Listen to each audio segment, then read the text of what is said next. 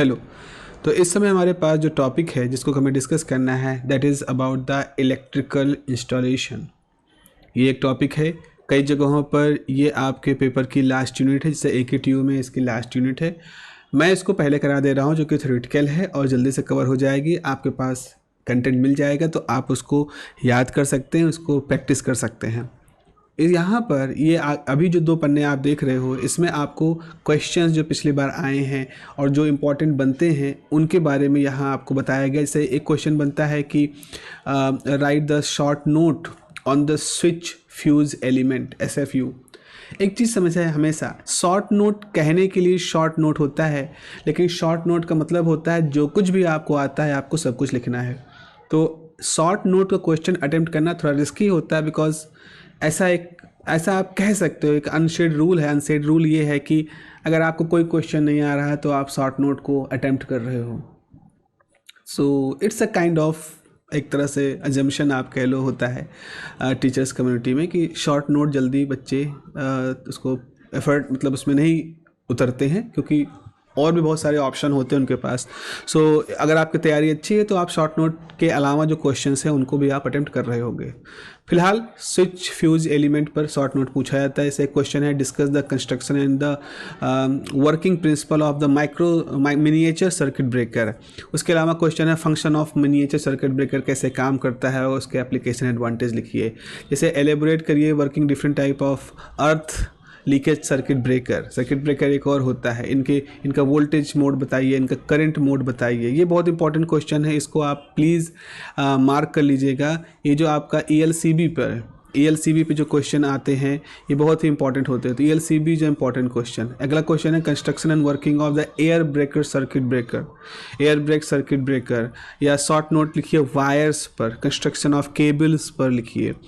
Construction rating specify करिए, wires और cable के बारे में लिखिए। व्हाट इज़ द बस बार, ये क्या होता है और डिफरेंट टाइप के बस बार उनके बारे में बताइए।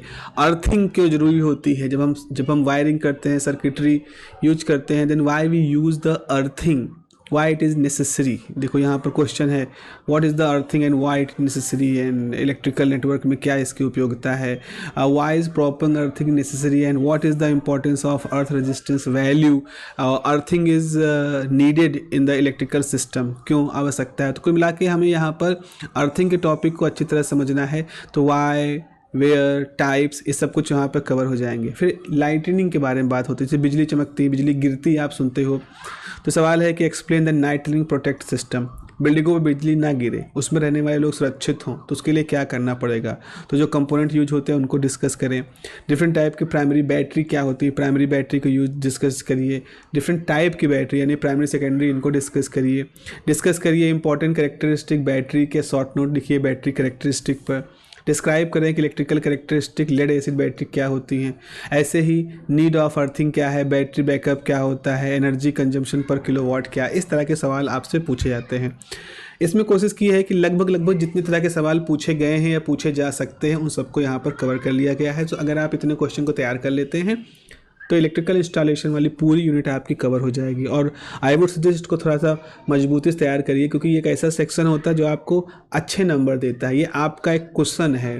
बाकी पेपर में अगर थोड़ा सा ऊंच नीच होता है तो आप यहाँ से उस क्वेश्चनिंग को मैक्सिमाइज करके अपने स्कोर को इम्प्रूव कर सकते हैं, मतलब कंपेरेटिवली इम्प्रूव कर सकते हैं। एक यूनिट और होती है जो इलेक्ट्रिकल इंस्टॉलेशन से पहले होती है, दैट इज़ द यूनिट जिसमें कि हम DC मशीन्स के बारे में पढ़ते हैं। DC मशीन्स क्या होते हैं उनके बारे में पढ़ते हैं। तो जैसे कंस्ट्रक्शन DC मशीन का लिखिए, principle of working DC generator लिखिए, working principle of DC motor लिखिए, डिफरेंट टाइप जो मशीन के उनको लिखिए, फैक्टर इफेक्ट करते हैं स्पीड ऑफ DC मोटर उसको लिखिए, कंपेयर लैब करिए विद द अमेचर वाइंडिंग को कंपेयर करिए। रिसेंट क्वेश्चन है 21-22 का। Right the current end voltage equation in the DC motor आप लिखिए। डिराइव करिए एक्सप्रेशन जनरेटेड EMF इन DC मशीन, और एक्सप्लेन करिए कि जो बैक EMF होता है उसका मतलब क्या होता है, जो कि DC मोटर के लिए अप्लाई होता है। ब्रीफली एक्सप्लेन करें कि what roll back EMF play in the starting and running of the motor में क्या क्या उसका यूज़। द बैक EMF के ऊपर पूरा बात यहाँ पे करनी है। इसके अलावा right the expression for the induced EMF and torque of DC machine and what is the value of the constant relating omega and eta efficiency वगैरह के साथ लिखी है। तो ये पूरी तरह से इंड्यूस ईएमएफ, बैक ईएमएफ और इंड्यूस ईएमएफ की बात जो होती है उसके बारे में बात कर रहे हैं। डीसी मशीन के एप्लीकेशन के बारे में लिखिए, ड्रॉ करिए, देखिए जो कंस्ट्रक्शन और प्रिंसिपल होता है डीसी मोटर का उसके बारे में लिखिए। Draw and explain the operation characteristic of DC series motor, DC shunt motor के बारे में लिखिए, दोनों टाइप के। How can the speed of DC motor भी वेरी, कैसे चेंज हो सकती है। एक्सप्लेन करिए method by which you can change speed above and below the base speed, base speed और उसके ऊपर कैसे वेरिएशन लाते हैं। Give the constructional detail about the 3 phase induction motor, 3 phase induction motor के बारे में लिखिए और किस तरह का रोटेटर इस 3 फेज इंडक्शन मोटर में यूज होता है इसके बारे में लिखिए। एक्सप्लेन करिए principle of operation of the 3 phase induction motor. Why is induction motor called the generalise transformer, क्यों उसको ऐसा कहते हैं। कंपेयर करिए इंडक्शन मोटर और द ट्रांसफार्मर। एंड आखिरी में से है derive the expression for the slip speed, slip percentage slip and F of the rotator value, frequency of the rotator voltage and current. इस तरह से यहाँ पर ये थोड़ा सा टेक्निकल पेपर यूनिट हो जाती है। तो आपको पहले मैं इलेक्ट्रिकल इंस्टॉलेशन के बारे में बताऊँगा, उसके बाद फिर हम डीसी मशीन के बारे में बात करते हैं। तो इस वीडियो के साथ जुड़ा हुआ जो इसका पीडीएफ है वो आपको मिल जाएगा। पीडीएफ का लिंक, पीडीएफ तो आपको यहीं पर मिल जाएगा। आप सेक्शन में जाओगे, पीडीएफ के सेक्शन में लाइब्रेरी जो भी हम देख लेंगे उसका नाम क्या है, वहाँ से आपको इसको डाउनलोड कर लेना है। You can take the print के लिए जो ब्लैक वाला नहीं रहेगा, एक प्रॉपर जो स्कैन पीडीएफ है वो आपको वहाँ से मिल जाएगा। देखिए यहाँ पर पहला हमारा टॉपिक है वायर्स एंड केबल्स। हम लोग सभी लोग इन सबसे वाकिफ़ हैं। घरों में वायरिंग होती है, तार का इस्तेमाल होता है। आप खंबे से घर के अंदर वायरिंग होती है, आप मोटे मोटे केबल इस्तेमाल करते हो, एल्युमिनियम वगैरह के होते हैं। तो यहाँ पर आपको मालूम है कि इस वायरिंग, इस पूरे इलेक्ट्रिकल इंस्टॉलेशन के अंदर तार का बड़ा योगदान है। डिफरेंट टाइप के तारों के ऐड देखते हैं। कॉपर वायर होता है जिसके ऊपर की जो कोटिंग होती है वो आग में जलती नहीं है, जो उसको आग लगने की स्थिति में सेव करती है। So the wires are integral part of the wiring of the building. You all know that wires may be divided into different groups on the basis of type of conductor और फिर number of cores, voltage grading and type of insulation. तो जो तार होते हैं ये बहुत ज़रूरी हिस्सा होते हैं वायरिंग का। इनको हम कई हिस्सों में बांट सकते हैं, कई बेसिस पे बांट सकते हैं। कौन सा कंडक्टर यूज हुआ है, कॉपर, एल्युमिनियम क्या यूज किया है, नंबर ऑफ कोर्स कितने हैं, वोल्टेज ग्रेडिंग क्या है, कितना वोल्टेज को सह सकते हैं, उसमें किस तरह का इंसुलेशन इस्तेमाल हुआ है, किस तरह से इंसुलेट किया गया है कि ताकि वो आपस में इंटरेक्ट ना करें या किसी यूज करने वाले से इंटरेक्ट ना करें। तो बारी बारी से अगर देखें तो यहाँ पे लिखा है on the basis of the conducting material wires में भी कॉपर वायर और द एल्युमिनियम वायर। दो तरह के वायर हम कह सकते हैं, कॉपर वायर या एल्युमिनियम वायर। अगर हम कोर की बात करें तो वायर जो होते हैं सिंगल कोर केबल हो सकती है, ट्विन कोर केबल हो सकती है, 3 कोर केबल हो सकती है। कोटिंग उसके अंदर वायर के अंदर कितनी लेयरों के ऊपर बात हो रही है। On the basis of the voltage grading हम कह सकते हैं 250/440 वोल्ट का केबल हो सकता है या 650/1100 वोल्ट का केबल हो सकता है। डिपेंड करता है आप किस तरह की सिचुएशन में इसको यूज कर रहे हैं। उसके बाद हम कहते हैं उसके ऊपर इंसुलेशन कैसा लगाया गया है। जैसे तार होता है ना, हम कहते हैं प्लास्टिक लपेटा हुआ है। एक्चुअली वो प्लास्टिक हर बार नहीं होता है, वो उसकी रबर होता है, पीवीसी की कोटिंग होती है, जिससे कि वो तार आपस में नहीं इंटरेक्ट करते हैं और आप अगर तार को छू भी लें, उसमें से करंट फ्लो कर रही है तो आपको भी झटका नहीं लगता है। ठीक है, तो अगर हम बेसिस करें इंसुलेशन के आधार पर पॉलीविनाइल क्लोराइड पीवीसी केबल्स होते हैं। वुल्कनाइज्ड इंडियन रबर VIR जो कहते हैं, तो वुल्कनाइज्ड इंडियन रबर जो एक प्रोसेस से तैयार किया जाता है वो भी इंसुलेटेड केबल के ऊपर इंसुलेशन की तरह से यूज होता है। वेदर प्रूफ केबल्स होते हैं, उनमें हम कोटिंग्स करते हैं। टफ रबर सीटेड होता है, TRS होता है, या लेड सीटेड केबल होते हैं। ये सारे जो डिस्ट्रीब्यूशन है ये इनकी रिक्वायरमेंट के बेसिस पर होता है कि आपको क्या आवश्यकता है, आप किस तरह की स्थितियों में इसको यूज करना चाहते हैं। सवाल पूछा जाता है कि वायर्स और केबल कितने तरह के होते हैं, उनके क्लासिफिकेशन के तरीके क्या हैं और किन्हीं 2 तरह के केबल के बारे में बात करें तो 2-3 तरह के केबल के बारे में बात कर लेते हैं। जैसे PVC केबल है, तो इस तरह केबल्स होते हैं, they are available in the 250/440 volt या 600/1100 वोल्ट के ग्रेड में आते हैं। तो वोल्टेज ग्रेडिंग इनकी इस तरह होती है। And are use in the casting capping batten wiring system. आप जहाँ पर लपेट के फेरों के रूप में देखते हो वहाँ पर इनको हम यूज करते हैं। Here the conductor is insulated with the PVC insulation. Polyvinyl chloride एक तरह का केमिकल कंपाउंड होता है जिसके अंदर इंसुलेटिंग प्रॉपर्टी होती है और वो एक अच्छा और फ्लेक्सिबिलिटी भी होती है, पानी के साथ में गलने की भी घटनाएं नहीं होती हैं, कई तरह के एलिमेंट्स में डिजॉल्व भी नहीं होती, तो ऐसे कई सारे अफोर्डेबिलिटी भी है। तो इन सब के आधार पर हम पीवीसी पॉलीविनाइल क्लोराइड का यूज करते हैं। PVC is harder than the rubber, ठीक है, हार्डर होते हैं रबर से, so it does not required any extra arrangement for the protection from moisture. तो इसके अंदर चूंकि वाटर रिपेल करता है, रबर से हार्ड होता है, तो अपने आप में इसकी स्ट्रेंथ होती है। पीवीसी कोटिंग से एक स्ट्रेंथ आ जाती है तार के अंदर। ऐसा नहीं होता कि पानी से बचाने के लिए हमें पहले अंदर कोटिंग करके उसके ऊपर पीवीसी कोटिंग करनी पड़े, क्योंकि पीवीसी कोटिंग अपने आप में एक बढ़िया प्रोसेस हो जाता है। उसके बाद फिर हमारे पास आता है VIR केबल। VIR केबल्स होता है वुल्कनाइज्ड इंडियन रबर, जो प्रोसेस से तैयार होता है उसके बारे में बात करें तो VIR जो केबल्स होते हैं, तो VIR cables are available in 240-415 volt में होते हैं, ठीक है। इनकी सस्टेनेबिलिटी के ऊपर हम बात करते हैं। तो here copper conducting wire is covered with a layer of vulcanized Indian rubber. तो over rubber a layer of cotton type is present which is also covered with moisture resistant compound. ये bitumen wax जो होता है, ये थोड़ा सा एक तरह की पुरानी टेक्नोलॉजी रही है, जहाँ पर एक तो हम रबर कोटिंग कर रहे हैं ताकि हमें झटका ना लगे, हम उसको यूज करें तो हमें झटका ना लगे। उसके अलावा उसके अंदर कपड़े की कोटिंग होती है, फिर उसके अंदर वैक्स लगा करके, एक बुटमेन वैक्स लगा करके उसमें अंदर एक मॉइस्चर रेजिस्टेंस इफेक्ट की प्रॉपर्टी पैदा की जाती है।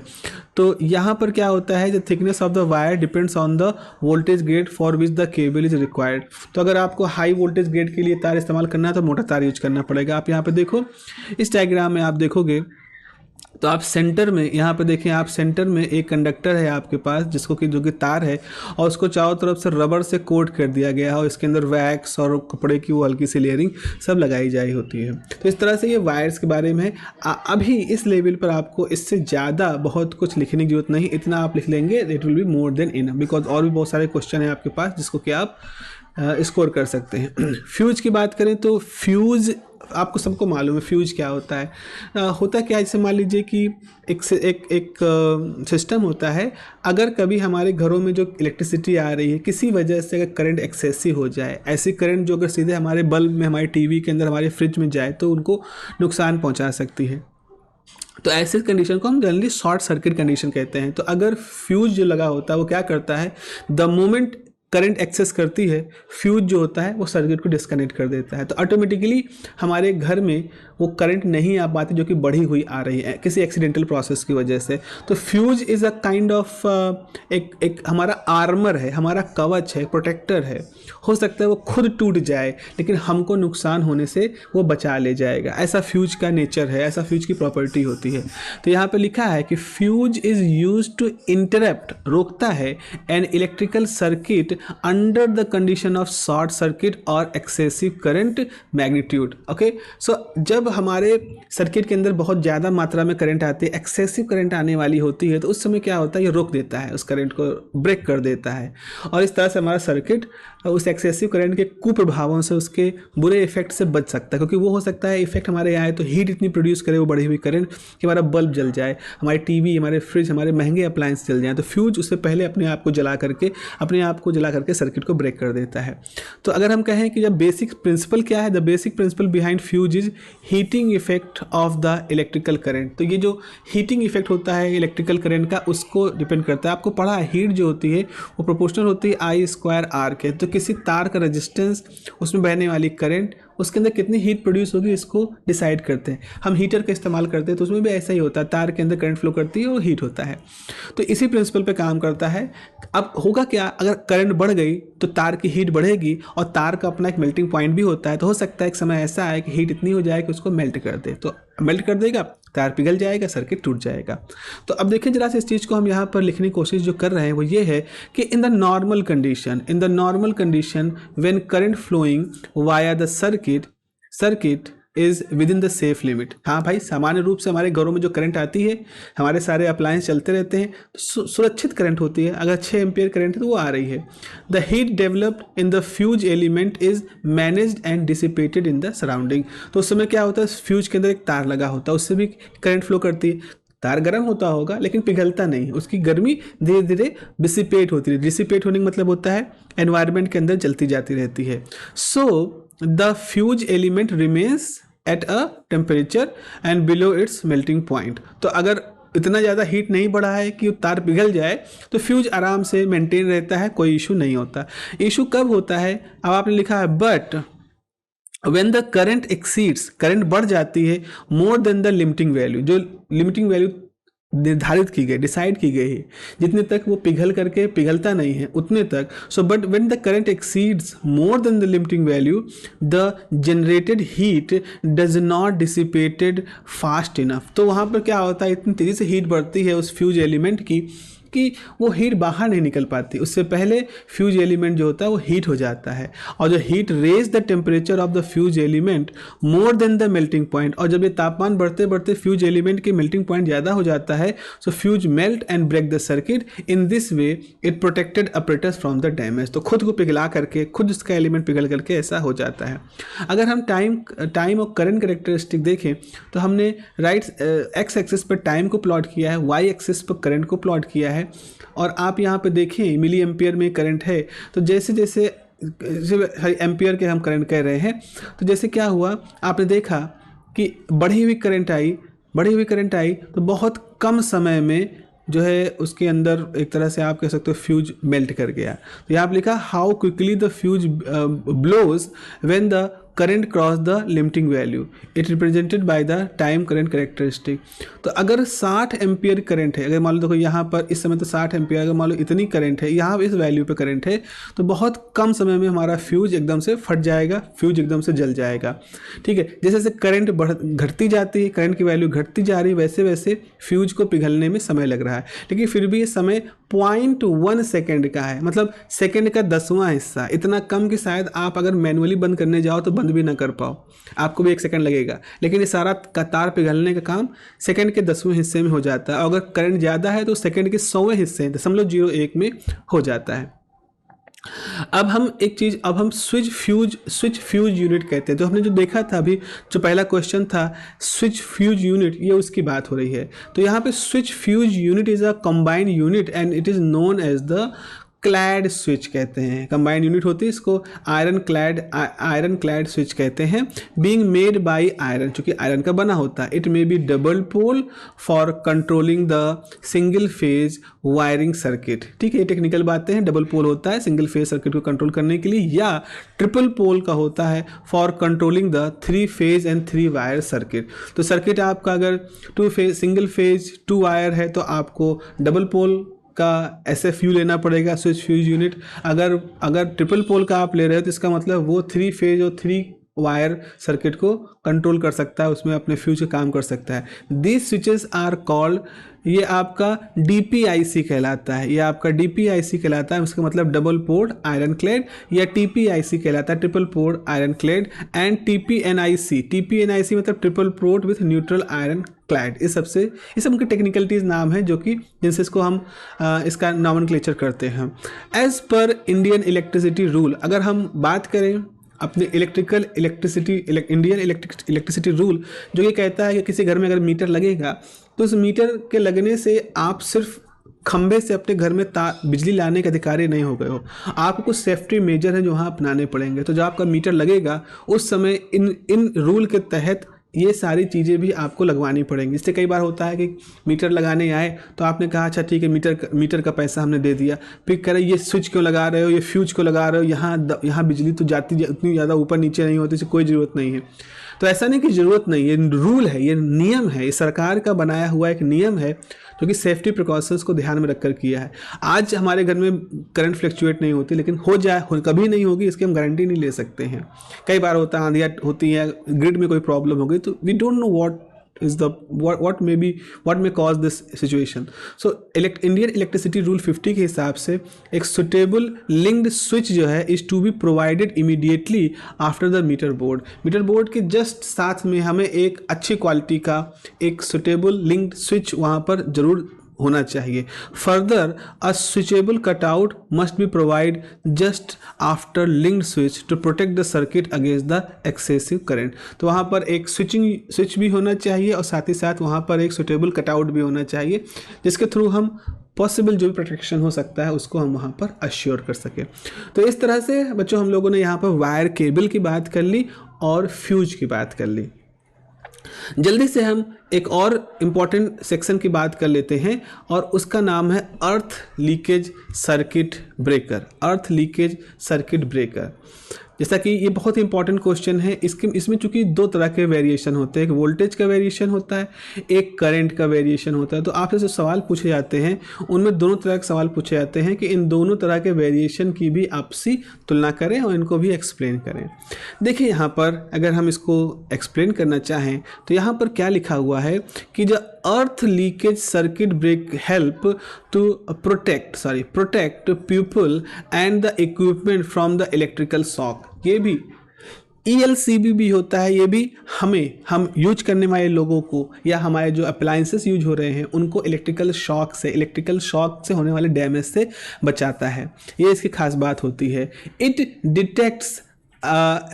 detects and stop an electrical current that leak to earth। होता क्या है यहाँ पर, मामला ऐसा नहीं है कि हमारा जो सिस्टम है उसके अंदर एकदम से बढ़ी हुई करंट आ रही है। मामला हमारा ये है किसी वजह से, किसी इंटरनल सर्किट की वजह से हमारी कुछ करंट है जो अर्थ को जा रही है, जो कि वहाँ से एक तरह से सर्किट में मतलब उस इंस्ट्रूमेंट के अंदर एक करंट फ्लो कर रही है। अब होगा क्या, ज़रा समझो। जैसे मान लो किसी इंस्ट्रूमेंट के अंदर से करंट को साफ गुजर जाना चाहिए, लेकिन कहीं कुछ कट गया है, कुछ क्या हुआ, करंट की बॉडी पर, इंस्ट्रूमेंट की बॉडी पे करंट आ गया। अब वो करंट जो होगा वो वहाँ पर एक्यूमुलेट होगा, उसके मेटेलिक बॉडी उस पर एक्यूमुलेट होगा। जैसे आप उसको टच करोगे तो आपके थ्रू एक रास्ता बन जाएगा, आपके थ्रू एक रास्ता मिल जाएगा, जिसके थ्रू वो बॉडी से जब चार्ज जाएंगे तो हमारे शरीर के अंदर एक शॉक वाली स्थिति प्रोड्यूस करेंगे। क्यों? क्योंकि मेटल पे इकट्ठा थे चार्ज अंदर किसी सर्किट वगैरह के कमी की वजह से, और जैसे आपने टच किया तो चार्ज को आपकी बॉडी के थ्रू ज़मीन में जाने का रास्ता मिल गया। चार्ज ज़मीन में क्यों जाते हैं? क्योंकि ज़मीन, अर्थ जो है वो एक इनफाइनाइट कैपेसिटी का कैपेसिटर मानी जाती है, यानी जीरो पोटेंशियल का एक एरिया, एक जगह है। तो इस वजह से जो कुछ भी होगा चार्ज, वो चाहेंगे कि जीरो पोटेंशियल पे चले जाएं या इनफाइनाइट कैपेसिटर में जाके स्टोर हो जाएं। तो अर्थ को जाने की टेंडेंसी होती है सभी तरह के चार्जेस की। तो जैसे आप छूते हो और आप चप्पल नहीं पहन रखा है या आपके पैर गीले हैं या आप कनेक्टेड हो अर्थ से, तो तुरंत वो चार्ज आपकी बॉडी से होते हुए अर्थ में चले जाएंगे और वो आपको शॉक दे देंगे। लेकिन अगर हम अपनी बॉडी, जो हमारा इंस्ट्रूमेंट है, इससे एक तार निकाल दें और वो तार निकाल करके अर्थ में डाल दें बिना ये सोचे, ये सोच के कभी अगर इसके अंदर चार्ज लीक करेंगे तो चार्ज इसकी सरफेस पे अक्यूमुलेट नहीं होंगे, वो चार्ज उन तार के थ्रू अर्थ के अंदर अपने आप चले जाएंगे। ऐसी स्थिति में अगर आप टच भी करोगे तो चूंकि आप टच करोगे तो आपकी बॉडी कुछ रेजिस्टेंस है, जबकि उस सरफेस पर एक तार पहले जमीन में गया है, तो करंट हमेशा लो रेजिस्टेंस पाथ फॉलो करता है। तो चूंकि आपने मेटल वगैरह लगा रखा है तो मेटल का रेजिस्टेंस तो हमेशा हमारी बॉडी से कम ही होगा। तो क्या होगा, चार्ज उस मेटल के थ्रू अर्थ में चले जाएंगे, हमारी बॉडी के थ्रू अर्थ में नहीं जाएंगे, इसलिए हम शॉक से बच जाएंगे। इसलिए कहते हैं ना, अर्थिंग कराना जरूरी होता है क्योंकि वो हमें शॉक से बचाता है। तो यही सब सारी चीज़ें यहाँ पर लिखी है। सो ELCB यानी अर्थ leakage circuit breaker leak current diverted from the dedicated path present in the ELCB and flow in the ground. तो ELCB क्या करता है, जो भी लीक कर रही है चार्ज, जो भी करंट लीक कर रही है, उसको एक डेडिकेटेड पाथ यानी पहले से ही बनाए गए पूर्व निर्धारित पाथ के थ्रू वो भेज देता है ज़मीन के अंदर, ग्राउंड के अंदर भेज देता है उसको। पूर्व निर्धारित पाथ पे ही उसको ग्राउंड के अंदर भेज देता है और इस तरह से कोई चार्ज एक्यूमुलेट नहीं होता, तो कुछ भी हमें झटका वाली बात नहीं होती है। यहाँ पर आगे लिखा है कि अगले पैराग्राफ में आप देखें, earth leakage is an unintended state when the electrical current leak from the circuit to the earth. Earth leakage क्या होता है? अब सवाल ये होता है, अर्थ लीकेज सर्किट ब्रेकर ये है, तो सवाल ये है कि अर्थ लीकेज क्या होता है? तो अर्थ लीकेज का मतलब होता है एक ऐसी स्थिति जो कि हम नहीं चाहते कि ऐसी हो, किसी वजह से, सर्किट किसी वजह से जो चार्ज होते हैं वो अर्थ के लीक करके, और लीक का मतलब ये हुआ कि हम नहीं चाह रहे थे कि वो हमसे जाएं, लेकिन वो किसी वजह से बाहर लीक कर गए हैं और अर्थ में जा रहे हैं।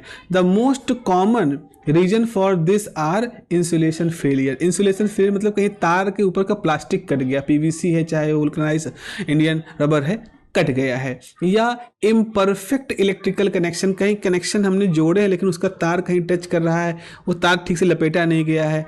या पुअर अर्थिंग सिस्टम, वहाँ पर कुछ ऐसा हो गया होगा जिसकी वजह से वो चार्ज लीक कर रहे हैं। So there are two type of ELCB, voltage ELCB and current ELCB। Voltage ELCB earth leakage circuit breaker, और current earth leakage circuit breakers यहाँ पर हम लोग यूज करते हैं। और ये क्वेश्चन आपसे पूछा जाता है और ये बहुत अच्छा क्वेश्चन है। इस बार के लिए आपको इसको ज़रूर तैयार करना है कि वोल्टेज ऑपरेटेड ELCB और करंट ऑपरेटेड ELCB में क्या अंतर है।